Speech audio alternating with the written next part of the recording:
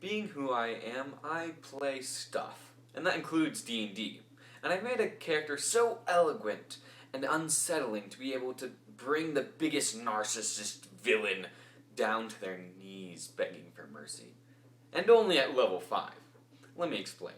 It all began when I found a cool bard subclass called College of Equilence, giving you two amazing features at just level 3, Silver Tongue and Unsettling Words.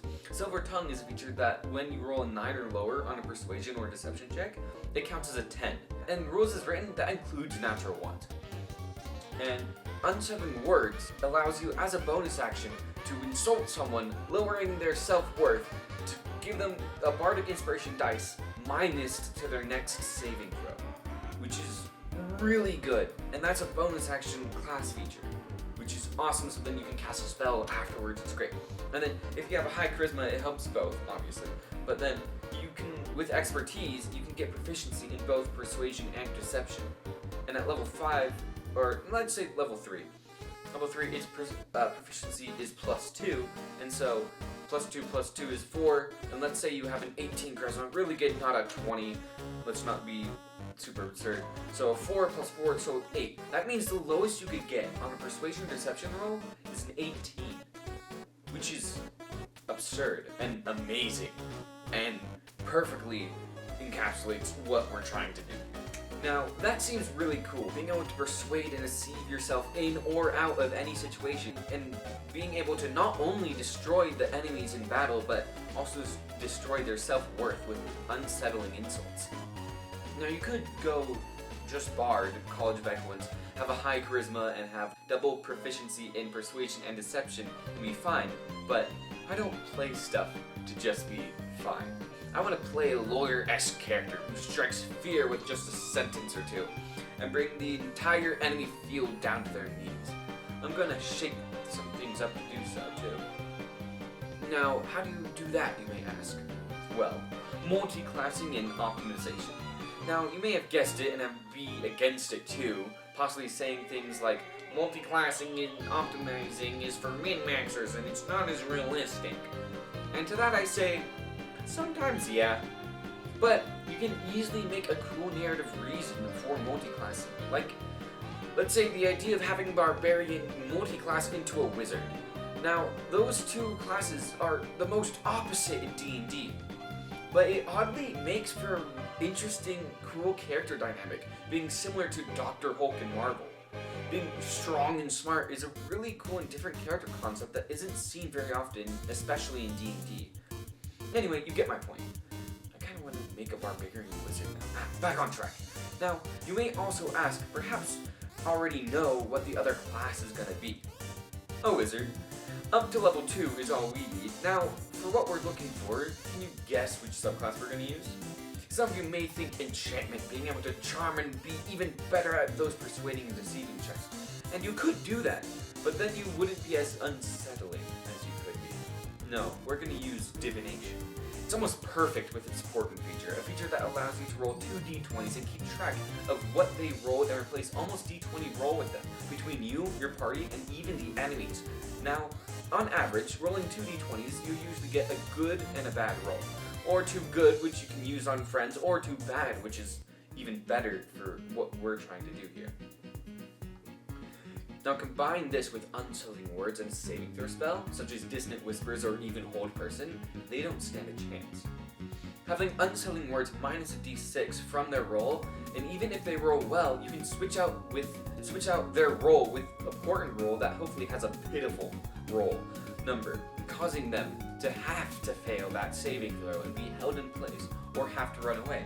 This even works for legendary resistances, making sure that they get used up so then your party can do a better job handling those tougher monsters. This is great because it's also all on your turn, without much room for the opponent to really defend from unless they have that legendary resistance, which not many monsters have, leaving you to do almost whatever you want to the enemy while insulting them, giving you full control of the stage of the narrative scene, which is a lot more scary and unsettling. Now, you could lead into a very evil and scary character, which you could also run with, but Being evil in a D&D party is really hard to play as a character, and really for more advanced players. Because it can easily lead to discomfort to the party and cause drama between people and the actual players themselves. Playing evil characters is an intriguing role. It often leads to scenarios caused by evil characters saying, "It's what my character would do," and they aren't at fault either. They're trying to stay true to the character, but for me, it's not really worth being true to the character if the character is mean to the party or even attacks them. Now, I speak from experience. I've learned my lesson. Now, I'm not saying never play evil characters, just have caution. And still be a good party member. It's good to be true to your character, but it's also good to do what's best for the party too. It's a healthy balance, and it's hard to get there, which is why it's meant for more advanced players who can balance between those two and make sure their actions aren't leading to the group not having fun. Again, I speak from experience, being that player who plays an evil character and messing things up. But I've gotten better and learned so much from it, and learning from my mistakes. And now I'm having so much more fun playing D&D because of it. So don't be discouraged if you've done stuff like that. Keep playing D&D, just learn from it. That was a bit of a tangent, but I'm leaving it here in the video because I think it's important for people to learn and hear about. That aside, back to the premise of the video. With these features, they can have, with the features the bard gets, they can also being able to inspire others with words just as much as they can hurt. Then being able to replace bad party member roles with good ones with the portent feature. Then being able to do both at the same time with a spell called Silvery Barbs, which I'll explain later, but the concept of the character can bring people down to their knees, but also bring people up to the best possible versions of themselves, with inspiring words and speeches. So as much as this character build can be scary, it can also be helpful and friendly. Now, on to race and backgrounds. The race of this character can be whatever you want, really. If you're going to use this build, make it your own thing by changing the race and background if you want. Elves work really well, and charisma buffing race works a little better for optimization. I ended up choosing a Yuan-Ti Pureblood, having a +2 charisma and suggestion at level 3, and having advantage on magical effects, making this character a whole lot more optimized and kind of min-maxy, which again is better or worse depending on people's taste, but I like to play optimized for what the character should be good at and have fun with the character to play as, even if that means rolling a bit well and doing some more damage. I like that. In the background, I went for the courtier, which works really well for a lawyer build, but you can flavor this differently and make a diplomat or anything else and use a noble background, or whatever you fancy, really. Look for yourself and see what fits for your character build that you're using with this. Then roll for stats. Put highest in charisma and intelligence, and figure out what you want for the rest. Again, you don't have to do these two, but if you have a low charisma, this build isn't going to work as well as you think. As for spells, you get a large amount from Wizard, and then you can choose what you want from there, but in my opinion, I think Shield and Absorb elements are really good to have in your arsenal. Being able to add 5 to your AC, or take half damage from elemental attacks, which is really good and helps you live those bigger attacks. Then make sure to have Silvery Barbs. It is an overpowered spell that allows you to make an enemy within range who succeeded on a roll again and take the lower roll. Then you can give you or an ally advantage on a single roll in the next minute, which is almost the embodiment of this character build. Being able to insult the enemies and then compliment your friends, it's just so great, and that's kind of what a lawyer does, is praise up their side and then destroy everything on the other. Now, another great spell is Healing Word. A great party support, great healing spell. You may think it's less than Cure Wounds, which it is healing-wise, but it's so much better because it's a bonus action and it's ranged, which is such a good thing for a spell to do. And let's say you have a party member go down, but you still want to attack the guy, you can use Healing Word as a bonus action and Vicious Mockery as an action to attack, so you're doing all the things at once. It makes for such great versatility. Then Hold Person is a really good spell. It causes paralysis, which is one of, if not the worst condition in D&D. Being able to do so many things I can talk about forever. Just search up what paralysis condition does, and you will see how scary it is. Then, either Charm Person or Distant Whispers, or both. They all work. Distant Whispers was a little bit more on the evil side for me, so I went with Charm Person, because it also scales a bit better with higher spell slot usage. Also, with a Yuan-Ti Pureblood background, you have 7 cantrips. Now, one of them, like, if you don't choose Yuan-Ti background, you have 5 cantrips, which is still a lot, which is really cool. A fun one that I used in my build is Decode Thoughts, and then you can combine that with Detect Thoughts. For a lawyer, you have evidence that's basically a tangible confession. So you just interrogate someone using Code Thoughts, pull a string of their thoughts out, and then you can show that to the judge as like a tangible confession. Really cool. The rest is up to you. You don't have to do Encode Thoughts if you're not doing a lawyer build.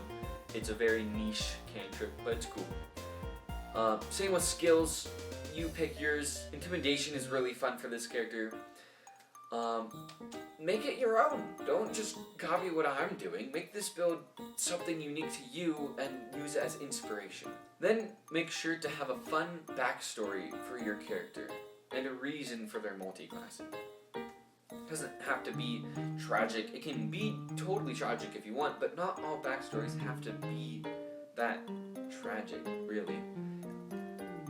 Like, for my character, as a Yuan-Ti Pureblooded being different from others, he was excluded in groups. He was still close enough to being human that he wasn't attacked or blatantly insulted, but enough for people to avoid him in childhood and not really have many friends at school.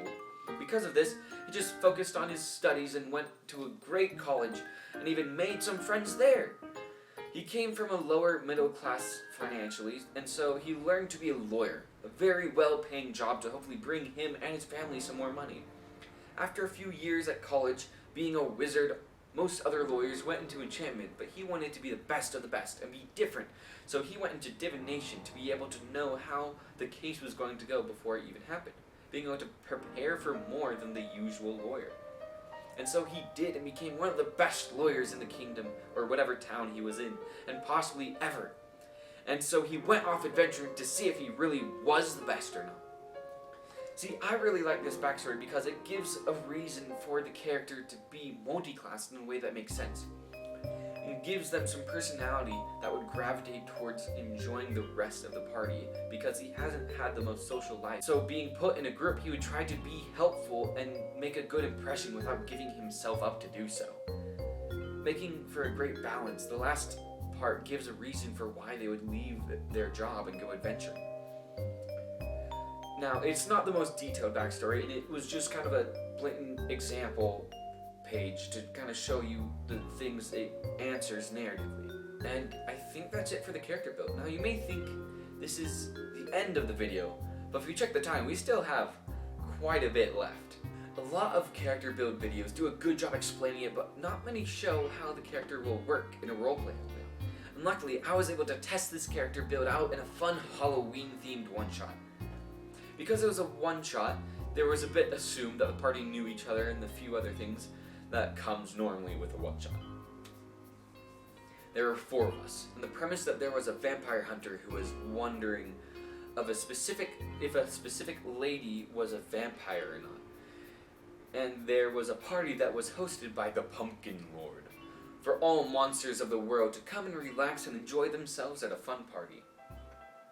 It was hosted in the Pumpkin Lord's realm, which was a demi-plane between worlds that those only with an invitation could enter.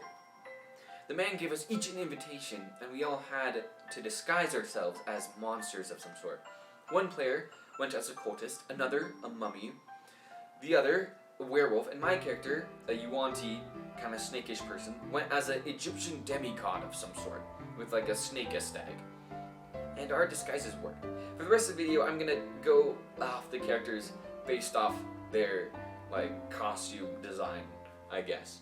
So yeah, we arrived at a big manor surrounded by a cornfield growing across the horizon in every direction. There were cool pumpkin-headed servants across all the manor. One took our invitations and led us to the manor from the cornfield. The group immediately split up in twos. One pair to a greenhouse to the side of the manor. The other 2 went inside. The group who went to the greenhouse consisted of the mummy and the cultist. and were met with witches making brews, and they had a fun time talking to them. The mummy offered something to the communal brew in exchange for a vial of it, leading to it becoming a vial of enlarge/reduce. While inside, the werewolf was sniffing for food, and my character immediately went to some masked people and asked where the vampires usually go during these parties. And they said the dining hall. Turned out they were some vampires too, but not the ones we were looking for. So the werewolf and I went to the dining hall. There was fancier food there than was served to the rest of the night. There were some other real werewolves there as well. So the werewolf player sat with the real werewolves, and my character went to sit next to the vampires. Soon after, we sat down for a meal that was offered, but the custom was to wear cloth over the head. To not see the food and have more enticing experience, my character was a little nervous, but assumed that it would be human meat. Weighing things out, he decided that cultures eat things that are taboo to other cultures, but not taboo to others. Kind of like how some cultures eat dogs, some cultures eat cats, and etc. And he wasn't the one who killed the person, so he decided to eat it. He also didn't know for sure what it was. Now, upon eating it, he did find out, or I did, but for the sake of Halloween and spookiness, I'm not going to tell you. I'm going to let you wonder.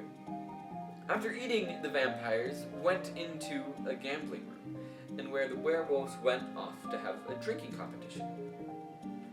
Back at the greenhouse, the cultist had his fortune read, and then they left. The mummy stuck around the main area, and the cultist went up to the gambling room where I was. There were many tables and a lot of vampires. Only 2 female vampires, though.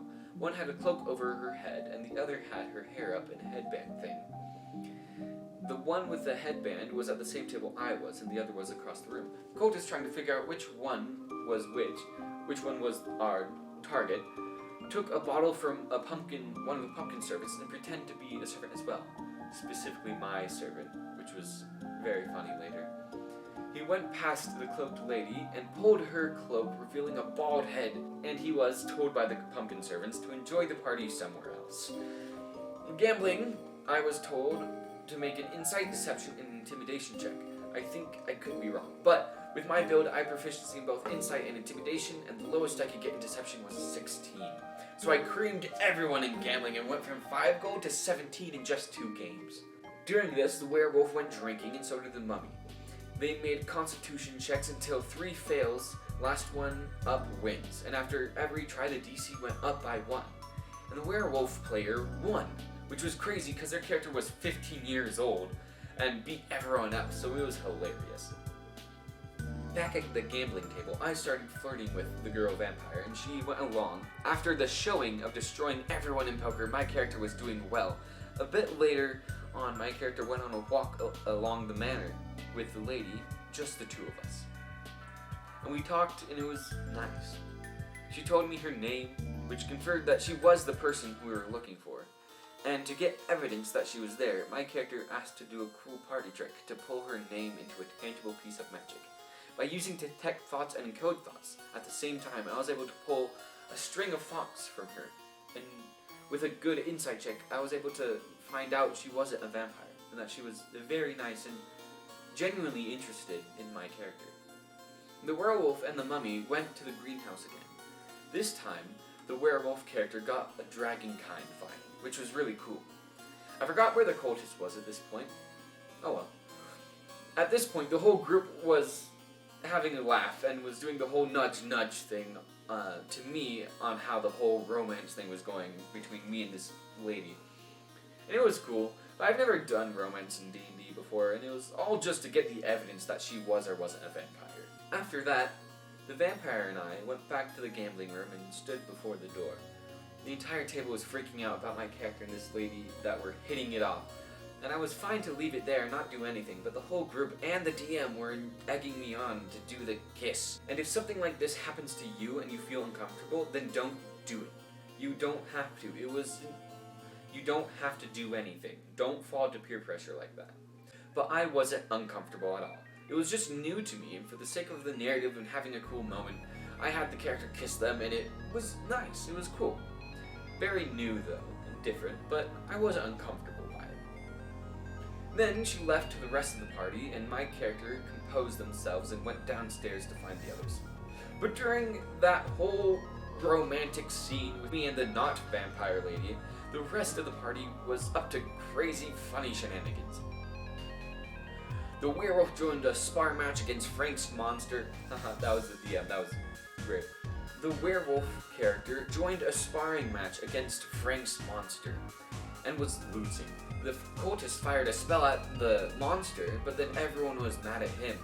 But the werewolf character still attacked the monster afterward, which made the monster rage, and all the party guests freaked out. They kept fighting and almost died, but then they used a vial of dragon kind they got from earlier and used it to kill the monster, which was a flesh golem, so it was a pretty close fight.